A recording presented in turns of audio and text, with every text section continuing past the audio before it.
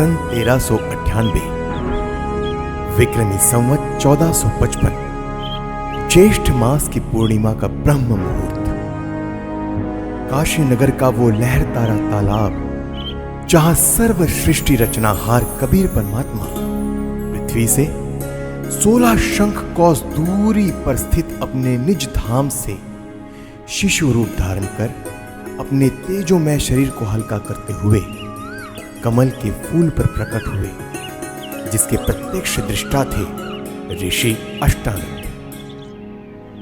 इस पूरे घटनाक्रम को देख ऋषि जी आश्चर्यचकित रह जाते हैं और सोचते हैं, आज यह मैंने कैसा दृश्य देखा? ये मेरी भक्ति की उपलब्धि है या कोई भ्रम? गुरुदेव से पूछता हूं।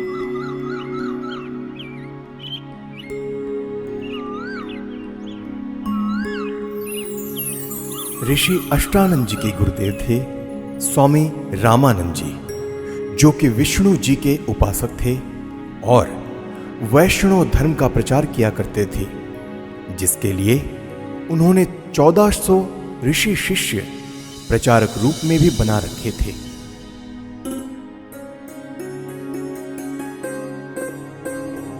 प्रणाम गुरुदेव। प्रणाम। क्या बात है अष्टानंद, कुछ दुविधा में लग रहे हो? हे गुरुदेव, आपकी आज्ञा हो तो मैं अपनी एक शंका का समाधान चाहता हूँ। कहो, क्या बात है? हे गुरुदेव, आज साधना करते समय मुझे आकाश से एक प्रकाश नीचे की ओर आते दिखा, जिसे मेरी आंखें सहन न कर सकी और आंखें बंद हो गई, जिसके बाद मेरी आंखों के सामने एक नवजात शिशु का प्रतिबिंब बन गया। पुनः आंखें खोली तो वह प्रकाश तालाब के एक कोने में सिमटता हुआ दिखाई दिया। हे गुरुदेव, कृपया मेरी शंका का निवारण कीजिए। यह मेरी भक्ति की कोई उपलब्धि है या कोई दृष्टि दोष? हे ऋषि जी, यह न तो भक्ति की उपलब्धि है और न आपका दृष्टि दोष।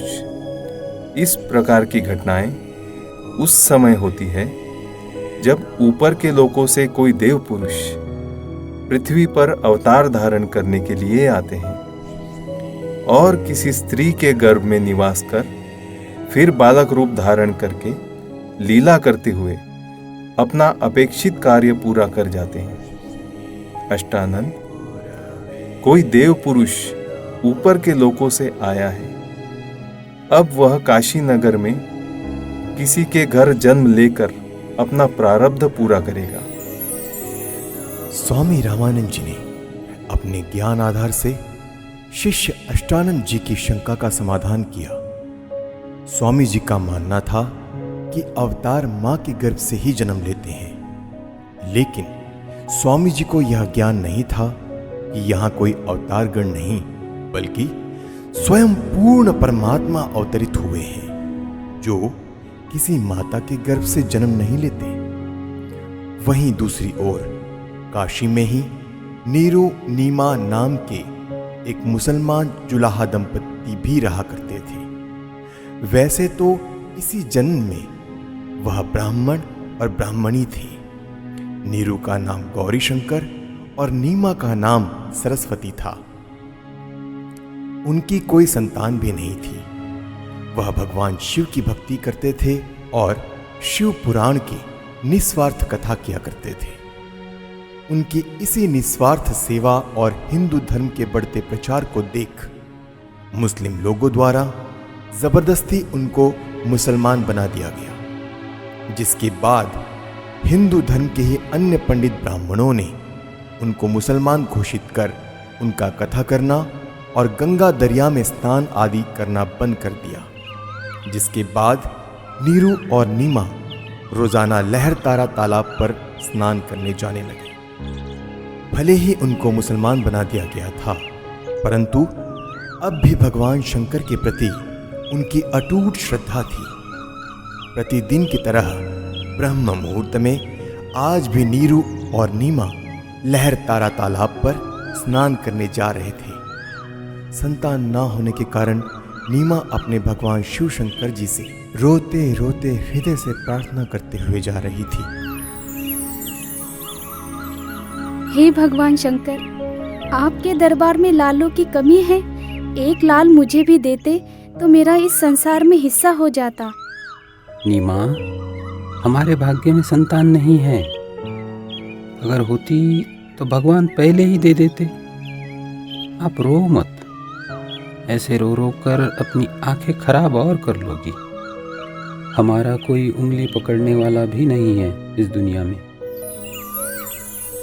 इसी प्रकार आपस में चर्चा करते करते नीरू और नीमा लहर तारा तालाब पर पहुंच जाते हैं, जहां पहले से ही कमल के फूल पर परमात्मा प्रकट हो चुके होते हैं। प्रथम नीमा स्नान करके तालाब से बाहर आती है, फिर बाद में नीरू स्नान करने के लिए तालाब में प्रवेश करता है। जब नीरू स्नान कर रहा होता है तब नीमा पहले वाले वस्त्र धोने के लिए पुनः किनारे पर आती है और उसे सामने कमल के फूल पर कुछ हिलता नजर आता है, जिसे देख नीमा सोचती है कि कोई सर्प फन हिला रहा है।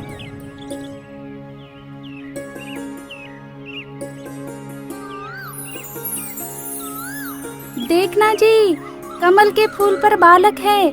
कमल के फूल पर बालक है। ये तो बच्चे की चाह में बिल्कुल पागल हो गई है।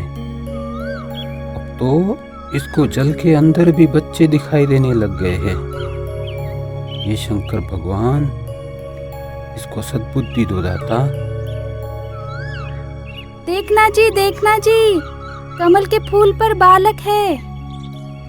बस कर नीमा, अब तुझे यहाँ जल में भी बच्चे दिखाई दे रहे हैं। जल में कहाँ से बालक आएगा? हे भगवान! देखना जी, देखना, वो बच्चा डूबेगा जल में।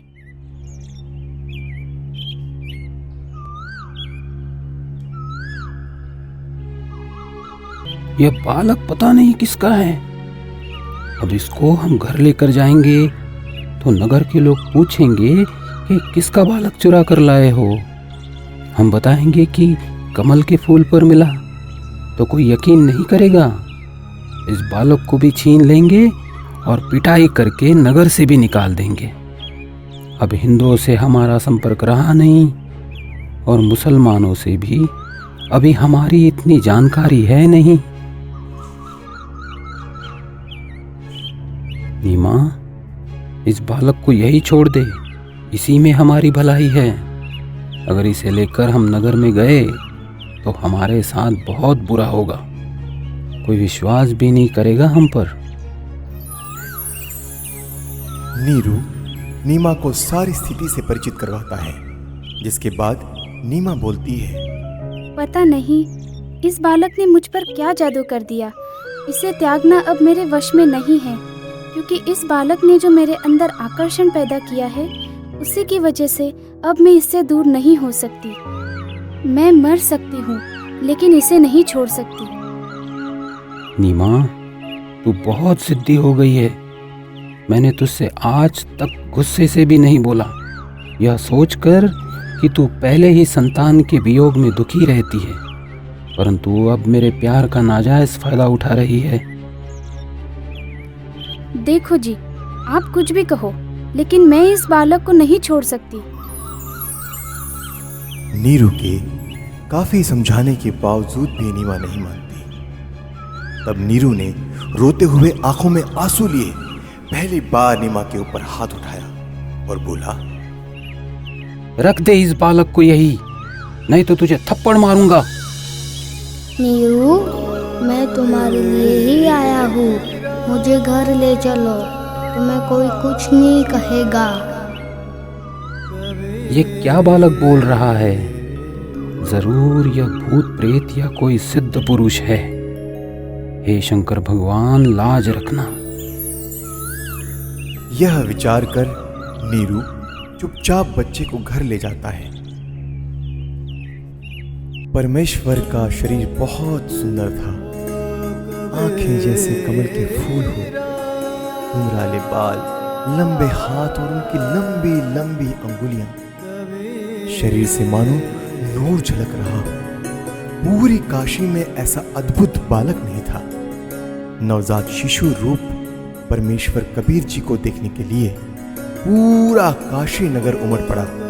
जो भी बालक को देखता तो उसके चेहरे से दृष्टि हटाने को दिल नहीं करता। शिशु रूप परमेश्वर को देख आत्मा अपने आप खींची चली जाती। देखते ही देखते स्त्री पुरुष झुंड के झुंड बनाकर मंगल गीत गाते हुए नीरू के घर बच्चा देखने को आने लग गए। परमेश्वर कबीर जी को देखकर कोई कहता यह बालक तो देव अवतार है, कोई कहता कि यह तो साक्षात विष्णु जी आए हैं, कोई कह रहा था यह भगवान शिव ही अपनी काशी नगरी को कृतार्थ करने के लिए उत्पन्न हुए हैं। अपनी अपनी समझ के अनुसार कोई कुछ कह रहा था तो कोई कुछ। यह सब सुनकर नीमा अप्रसन्न हो जाती है। मेरे बच्चे के विषय में कोई कुछ मत कहो। तुमने कभी बच्चा देखा भी है कि नहीं? ऐसे समूह के समूह मेरे बालक को देखने आ रहे हो? नीमा, हमने बालक तो बहुत देखे हैं, परंतु आपके बालक जैसा कभी नहीं देखा, इसीलिए हम इसे देखने आए हैं। हे भगवान शंकर, इनकी नजर से मेरे बच्चे की रक्षा करना। नीमा ने बालक रूप में परमेश्वर कबीर जी को ज्यों है दूध पिलाने की कोशिश की तो परमेश्वर ने मुंह बंद कर लिया। सर्व प्रयत्न करने पर भी नीरू नीमा बालक को दूध पिलाने में असफल रहे। 25 दिन बीत गए परंतु बालक ने कुछ नहीं खाया पिया। माता पिता चिंतित हो गए कि बच्चे को किसी की नजर लग गई है। लेकिन भले ही 25 दिन हो गए फिर भी बालक रूप में परमेश्वर का शरीर पूर्ण रूप से स्वस्थ था। परंतु नीमा को डर था कि बिना कुछ खाए पिए यह बालक जीवित कैसे रहेगा, इसकी कभी भी मृत्यु हो सकती है। यह सोचकर एक दिन नीमा फूट फूट कर रो रही थी और व्याकुल होकर भगवान शंकर से रह रह कर प्रार्थना कर रही थी कि हे शंकर भगवान, या तो ये बालक देना ही नहीं था, जैसे तैसे रो धो कर मैं अपना जीवन व्यतीत कर लेती, और अब दिया है तो ये मुझसे छीनो मत, इसके बिना मैं नहीं रह सकती। ये बालक मरेगा तो इसके साथ मैं भी मरूंगी। तब परमात्मा जो अजर अमर अविनाशी हैं भगवान शिव को प्रेरणा करके बुलाते हैं, क्योंकि उन्हें पता था कि मैं तो मारूंगा नहीं पर मेरी चिंता में जरूर मर जाएगी। क्यों रो रही हो बेटी? क्या परेशानी है आपकी? हे महात्मा जी, हम निसंतान थे। 25 दिन पूर्व भगवान शंकर जी ने यह बालक हमें दिया, लेकिन अभी तक इस बच्चे ने दूध नहीं पिया। सभी कोशिशें करके हम थक चुके हैं। आज भी इसने कुछ भी आहार नहीं किया।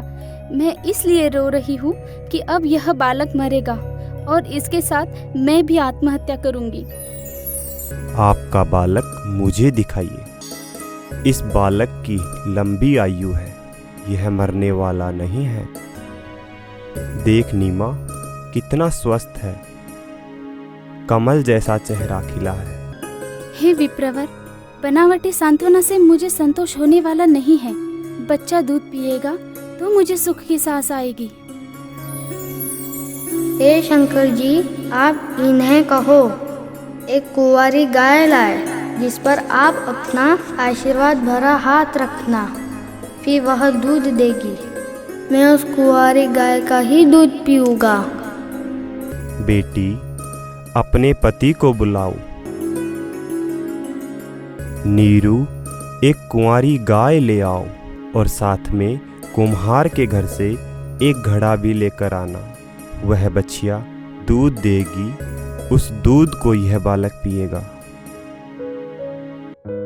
नीरू कुछ देर बाद ही एक बछिया और मटका लेकर आ जाता है, जिसके बाद परमेश्वर कबीर जी के आदेशानुसार विप्र रूपधारी शिव जी ने उस कुंवारी गाय की पीठ पर आशीर्वाद भरा हाथ रखा। उसी समय उस कुमारी गाय के थन लंबे लंबे हो गए और थनों से दूध की धार बह चली। नीरू ने पहले ही वह पात्र गाय के थनों के नीचे रख दिया था। दूध का पात्र भरते ही थनों से दूध निकलना बंद हो जाता है। फिर उस दूध को शिशु रूपधारी परमेश्वर कबीर जी ने पिया। नीरू नीमा ने ब्राह्मण रूपधारी भगवान शिव के चरण लिए। तत्पश्चात विप्र रूपधारी शिव जी वहां से चले जाते हैं।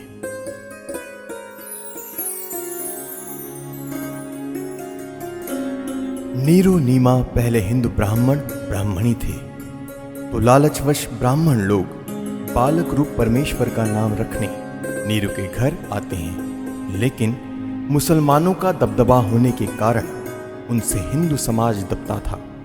काजियों ने कहा कि अब यह मुसलमान हो चुके हैं, लड़के का नामकरण हम मुसलमान विधि से ही करेंगे। इतना कहकर नामकरण के उद्देश्य से काजी कुरान शरीफ को खोलता है, जिसमें प्रथम पृष्ठ की प्रथम पंक्ति का प्रथम अक्षर कबीर लिखा मिलता है।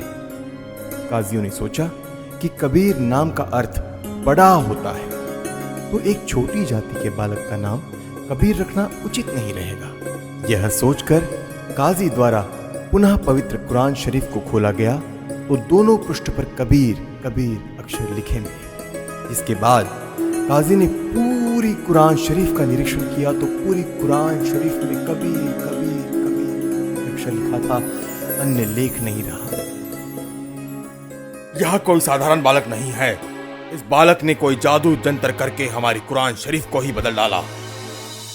हे काशी के काजियों, मैं कबीर अल्लाह अकबर हूँ। कल युग में मेरा नाम कबीर ही रहेगा।